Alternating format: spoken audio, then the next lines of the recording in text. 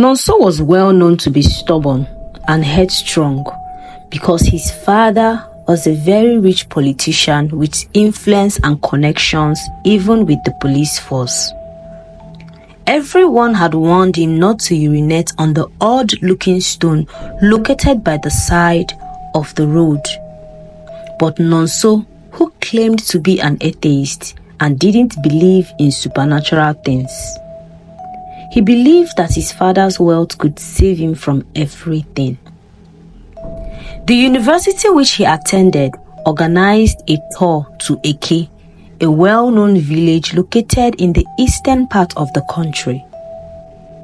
Nonso would have taken a flight, but the lecturer insisted that every student must board the bus that was made available because the questions for their final exams would be drafted from everything they experienced on their way to Eke village.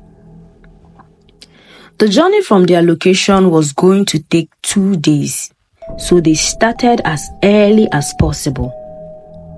Nonso and his best friend Uche sat together inside the bus, discussing and gisting as the journey started.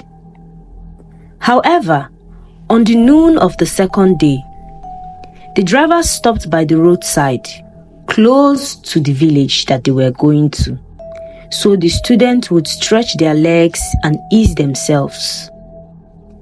Everyone highlighted the bus. Some used the public toilet provided, while some entered a nearby canteen to eat. But Nonso was too proud. He felt the public latrine wasn't up to his taste, so he walked a few meters from the bus into a nearby forest to ease himself. Uche and some other boys followed him.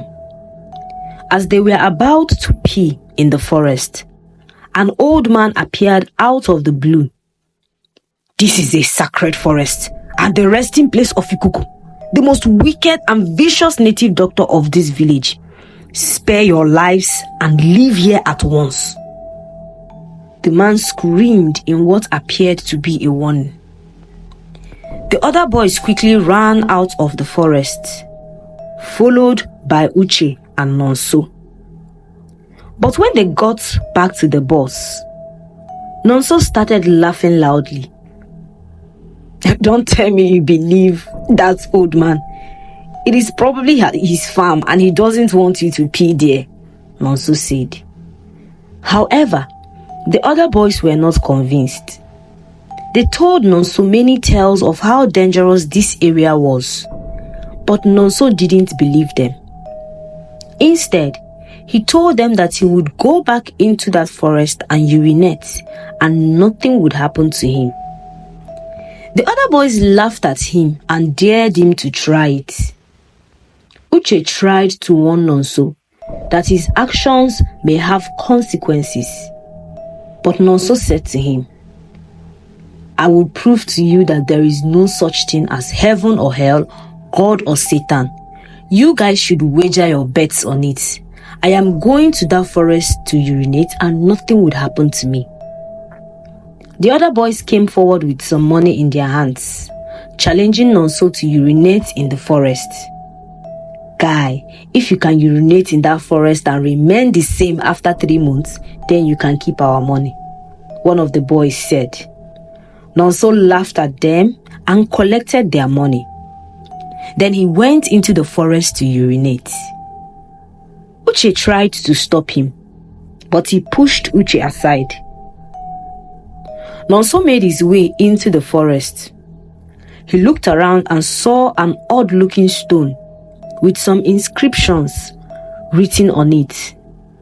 Then he went towards it and urinated on the stone. When he was done, he returned to the bus with a broad and mischievous smile on his face. "I told you nothing would happen to me. Stop caging your mind with all these superstitious and diabolical tales," Nonso said to them. One of the boys promised him that he wouldn't survive 3 months, but Nonso laughed at his words. "Not even your so-called God in heaven can do anything to me, because he doesn't exist." Nonso told him and laughed at him once again. They all entered the bus and resumed their journey. As the bus raced through the express road, Nonso fell deeply asleep and he had a very scary dream. In the dream, it was very late in the night, and Nonso found himself in the same forest where the old man warned him not to urinate. It was very dark and Nonso couldn't see anything. He suddenly started to feel the urge to urinate, a very strong urge that he couldn't control. Nonso quickly unzipped his trousers and started urinating. While he was urinating, a lot of children suddenly appeared inside the forest out of nowhere. They started pointing at him and laughing at him. Nonso didn't understand what was happening. He couldn't stop himself from urinating even though they watched him and laughed at him. Suddenly he woke up and discovered that all the students in the bus were in front of him. Apparently, Nonso had urinated on himself while he was sleeping, and the smell of the urine was so thick and horrible that everyone traced the smell to him. Nonso was deeply ashamed of himself and very embarrassed. All the students started laughing at him, just as the children in the dream were laughing at him. When they finally got to AK village, it was night already. Nonso checked into a hotel with his friend Uche. He washed himself and changed into some new clothes.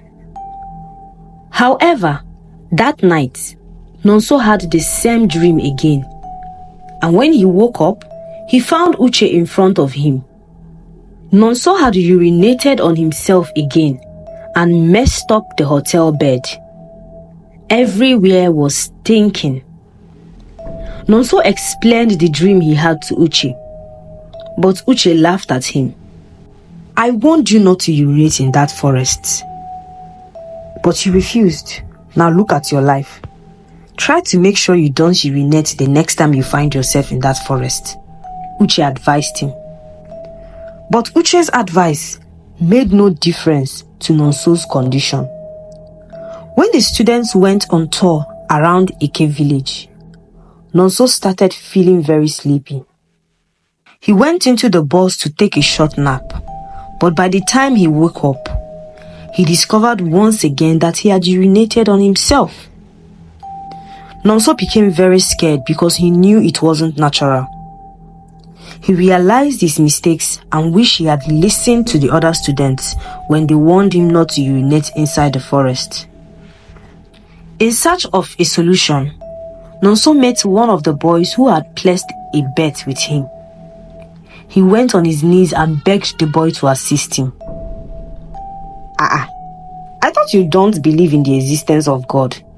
Didn't you say that your father's wealth can save you from everything?" The boy ridiculed him.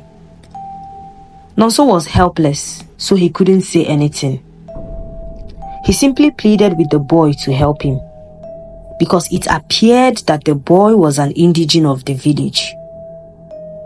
After pleading for a while, the boy agreed to assist Nonso. The boy, called David, took Nonso and Uche in the middle of the night into the forest. It was very dark, full of trees and very quiet. They couldn't see anything if not for the torchlight they had with them. They walked and walked until they arrived at a very small hut in front of which was a local lamp burning. Nonso and Uche became very scared. They asked themselves how such a hut could be located inside a very deep forest, and who could have possibly be living inside. They were even more scared of David because they didn't understand how he would know such a place. Immediately they got in front of the hut, David asked them to enter inside, but they were scared. However, they realized that they had no choice. Nonso took the first step, but as he was about to enter the hut, A loud, husky voice screamed at him. "Remove your shoes before the gods strike you dead instantly." Nonso quickly removed his shoes and Uche did the same. Then they bent and entered the hut. Inside the dark hut, with only a single candle, they saw an old man who appeared to be blind. His eyes were covered by a red cloth. The old man told them to sit on the mat on the floor. "Please, sir, we need your help," Nonso said with a trembling voice. "What about you, Uche?" the old man said with a thick voice, pointing at Uche. "No, he's my friend. I merely accompanied him to seek a solution," Uche replied fearfully, because he was shocked as to how the old man knew his name. The old man laughed hysterically and said, "You were warned severally, but you didn't listen. You had the boldness to urinate on the grave of the most dangerous and wicked native doctor in this state." Nonso instantly went on his knees and begged the blind old man. "I am sorry, sir. I was stubborn. I should have listened. Please help me. Whatever it takes, I will do. I will pay anything." Uche quickly knelt beside Nonso and equally pleaded with the old man on Nonso's behalf. The blind old man asked the both of them to sit down. Then he made some strange incantations and shook his head in disappointment. The old man looked at the both of them once again and said, "The man's spirit is very angry with you. You are lucky you came to see me very soon, because if you didn't, you would have died in 3 days. There's only one thing you can do to save your life, but it is very, very difficult." Nonso and Uche looked at each other simultaneously and laid on the floor, begging the blind old man to tell them what would be done to save Nonso's life. They promised him that they were ready to do anything. After some minutes, the blind old man asked them to sit down once again. He took a deep breath and told them, "Your brain made the decision to be stubborn, but the thing between your legs is the tool that carried out the action. In order to save your whole body, you need to sacrifice your ability to give birth to a child or your ability to urinate." Nonso and Uche couldn't believe their eyes. They sat in shock. Nonso couldn't imagine sacrificing his reproductive organs because he was the only son of his parents. He couldn't sacrifice his ability to urinate as well. He pleaded with the blind man to find another way, but the blind old man told them that it was the only way to save his life and that he had only 2 days to make a decision. Then he told them to leave his hut and return when Nonso had made his decision. However, before they left, the blind old man told them that it doesn't have to be Nonso's organ. They could bring the organ of someone else in his place. They both thanked the old man and left his hut. They met with David, who led them back to the hotel where they all previously lodged. Nonso couldn't stop thinking about what the blind old man said. Unlike Nonso, whose father was a billionaire, Uche was from a very poor family, and he was the first son out of 6 other children. So his family depended on him for their survival. They sold all they had to send him to the university. Uche became friends with Nonso because of the little financial benefits he usually gets from him. He frequently assisted Nonso with assignments and sometimes with his exams and tests in exchange for money. That night, Nonso couldn't sleep. He kept thinking about what the blind old man said. The next morning, when Uche woke up, Nonso asked to meet him in private. "Uche, you heard what the blind old man said And you know I'm the only son of my parents. I need to also have children of my own, Nonso said. Uche nodded his head and listened to what Nonso had to say. He was confused because he didn't understand why Nonso was telling him all this, since he was there as well when the old blind man was talking. Uche, please, can you sacrifice your own reproductive organ for me? I promise to pay you any amount of money you want. You have many siblings. I'm sure your parents wouldn't mind. Nonso told him boldly. Uche stood in shock, anger and disappointment. He couldn't believe that Nonso would say such a thing to him. But I warned you not to urinate in that forest. Uche screamed at him. I know, but it has already happened. Would you do it for me or not? I will pay enough money to bring your family out of poverty. If you won't do it, I'll find someone else. Nonso said to him with pride and without a single remorse. Uche felt very disappointed in Nonso and walked away from him. But Nonso didn't disturb himself. I'm sure he will come back and beg me for the money, he said to himself and also walked away. The first day passed and Uche refused to talk to Nonso. This got Nonso very worried and scared. He knew his fate if Uche should refuse to help him. So he went to meet David, the one who told him about the powerful witch doctor.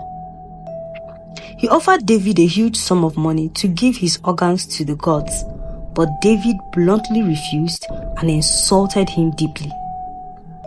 In 2 days' time, just as the witch doctor said, Nonso died in his sleep, but nobody knew why he died except David and Uche. They kept it to themselves and moved on with their lives. After school, Uche got a very good job and he brought his family out of poverty and they lived happily ever after. The moral lesson of this story reminds us to train your children to be respectful and humble, no matter how wealthy they become in the future. Maybe Uche would have helped Nonso out if he had asked him humbly. Wherever you find yourself, always respect their culture and traditions. Don't look down on any culture or tradition. Money can solve a lot of problems, but money cannot solve everything in life. Being wealthy doesn't make you invincible.